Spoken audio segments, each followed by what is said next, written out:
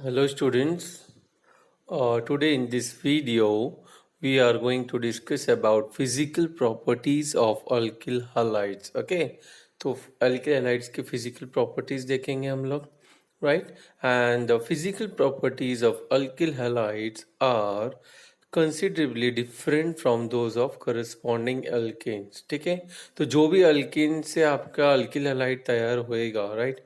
तो उसका लेकिन जो प्रॉपर्टी रहेगा वो काफ़ी अलग होगा, right? The different boiling point of alkyl halide is determined by polarity of the CX bond as well as the size of the halogen atom. ठीक है, अभी यहाँ पे CX bond बोला है. CX bond मतलब क्या? Carbon, C for carbon and X for halogen. ठीक है, तो आपका कार्बन और हेलोजन के बीच में जो बॉन्ड है, राइट? तो उस बॉन्ड से जो आपकी पोलरिटी मिल रही है आपको, पोलरिटी और हेलोजन का साइज ऑब्वियसली. ठीक है, तो ये दोनों मैटर करेगा.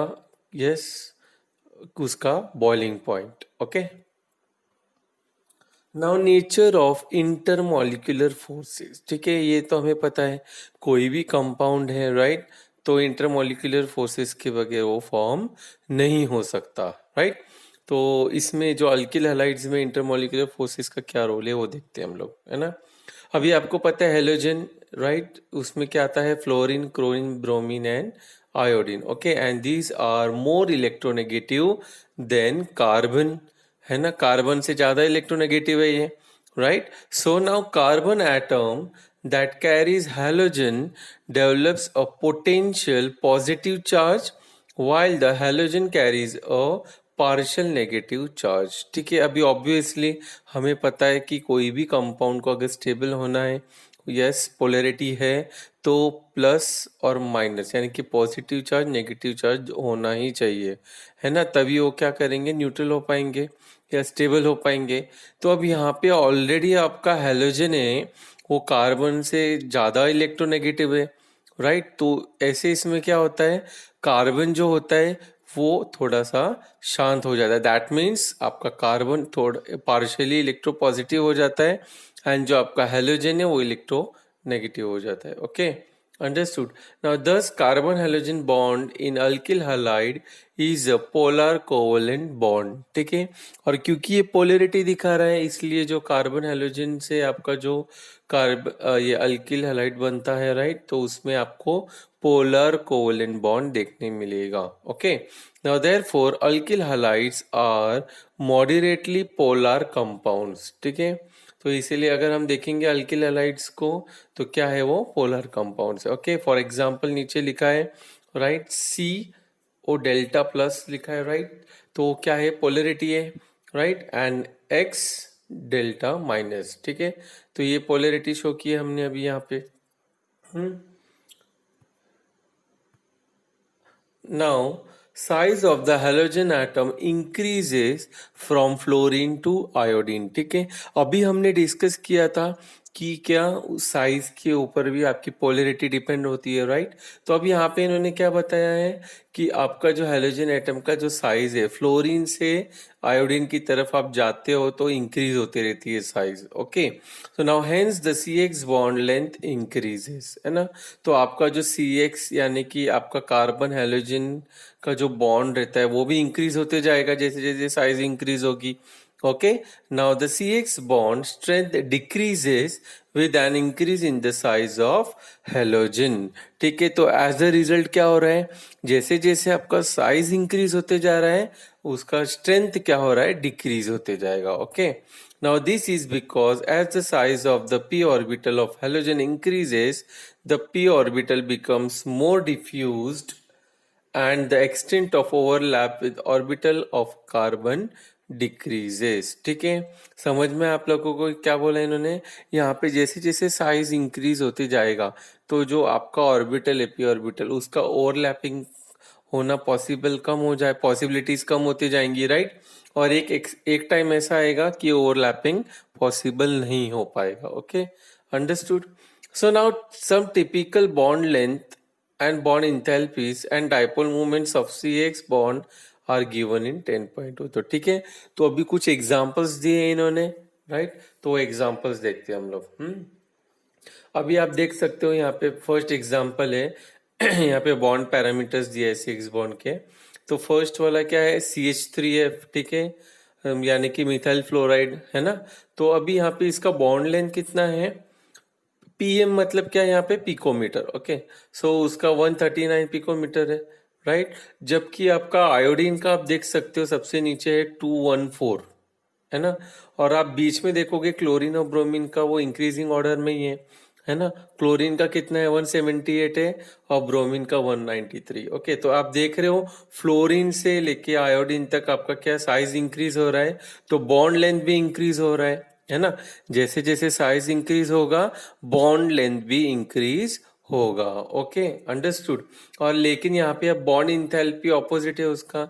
बॉन्ड इंथैल्पी मतलब आपको याद होगा क्या, एनर्जी जो वो यूटिलाइज करेंगे, राइट। तो अगर आपका साइज कम है, राइट, आपका बॉन्ड लेंथ कम है, तो उसे तोड़ने में ज्यादा एनर्जी लगेगी, राइट। तो इसलिए बॉन्ड इंथैल्पी ज्यादा होगा यहाँ पे, है ना। तो इसका यूनिट क्या है, किलो जूल मोल इनवर्स, ठीक है। तो आप फ्लोरीन का आप देख सकते हो कितना है, 452 है। देन क्लोरीन का 351, ब्रोमीन का 293 एंड आयोडीन का 234। तो अभी आप देख सकते हो बॉन्ड इंथैल्पी डिक्रीज हो रही है यहाँ पे। ओके, तो हम लोग यहाँ पे कंक्लूजन क्या बता सकते हैं, जैसे जैसे बॉन्ड लेंथ इंक्रीज हो रहा है फ्लोरीन से आयोडीन की तरफ, आपका क्या है, बॉन्ड इंथैल्पी आपका डिक्रीज हो रहा है। Okay, vice versa, right. Now dipole movement, ठीक है, इसका जो ये यूनिट क्या है, डे में है, राइट। और यहाँ पे आप देख सकते हो अगेन, यहाँ पे आपका जो है डिक्रीज ही होने वाला है यहाँ पे, राइट। तो फ्लोरीन का आप देख सकते हो डायपोल मोमेंट 1.847 है। फिर क्लोरीन का थोड़ा इंक्रीज हुआ 1.860। फिर आप देखोगे ब्रोमीन का फिर से कम हुआ 1.830 एंड आयोडीन का सबसे कम है 1.636। Okay, understood. ना बॉइलिंग पॉइंट, ठीक है। अभी हमने देखा था कि क्या बॉइलिंग पॉइंट, हाँ, और जैसे जैसे आपका साइज इंक्रीज हो रहा है, ओके, तो बॉन्ड लेंथ भी इंक्रीज हो रहा है ना। और बॉन्ड लेंथ इंक्रीज हो रहा है तो इंथैल्पी क्या हो रही थी, डिक्रीज हो रही थी। तो ये बात ध्यान में रखना, अभी उसका कंक्लूजन हम यहाँ पे यूज करेंगे, right. So now boiling point of alkyl halides are considerably higher than those of the corresponding alkenes due to high polarity and high molecular mass. Okay, समझ में आया इनका बॉइलिंग पॉइंट कैसा रहता है, अल्किल हैलाइड का high होता है as compare to corresponding alkenes, right?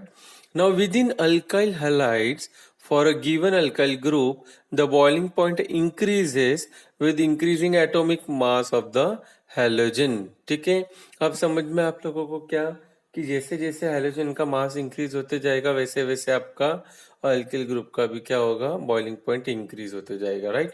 Now it is because magnitude of wander wall forces increases with the increase in the size and mass of the halogen, ठीक है। अब इसके पीछे अगर आपको गिव रीजन में क्वेश्चन पूछेंगे तो उसमें आपको आंसर करना है क्या, कि जैसे जैसे आपका साइज इंक्रीज होगा वेंडर वॉल फोर्सेस भी इंक्रीज होगा, right. And since your van der Waals forces increases the boiling point also gets increased. Okay, समझ में आया, बहुत सिंपल है ये। Now, thus boiling point of alkyl halide decreases in the order Ri। अब यहाँ पे R क्या है आपका, alkyl group, alkene group, okay. Alkane में कुछ भी हो सकता है आपका, मिथाइल इथाइल, ओके। तो Ri, फिर it is greater than RBr, it is greater than RCl and greater than RF, ठीक है। तो इसे क्या समझ में आया हमें, जैसे जैसे आप आयोडीन से फ्लोरीन की तरफ बढ़ते हो, ठीक है, तो क्या होगा, वो डिक्रीज होता जाएगा, अंडरस्टूड। और सबसे ज्यादा किसका है आपका, आयोडीन का, सबसे कम किसका है, फ्लोरीन का। तो आप यहाँ पे आप नीचे टेबल पे देख सकते हो, फॉर एग्जांपल हेलो अल्केन लिखा है, राइट। सबसे पहले क्या है, मिथाइल फ्लोराइड है, राइट। फिर मिथाइल क्लोराइड, फिर methyl bromide and then methyl iodide, ठीक है। तो अब यहाँ पे आप बॉइलिंग पॉइंट देख सकते हो, इंक्रीज हुआ सबसे ज्यादा किसका है, आयोडीन का है 315.4, राइट। और जबकि आपका मिथाइल फ्लोराइड का क्या है, 194.6। समझ में आया आप लोगों को। हम्म तो अभी ये सब आपको याद रखना है। और ये जो आपका ये इंक्रीज हो रहा है, डिक्रीज हो रहा है, ठीक है, आयोडीन से फ्लोरीन तक। तो ये सब आपको ये पॉइंट्स याद रखने, so that you can explain easily. Okay, now for the given halogen, boiling point rises with the increasing carbon number।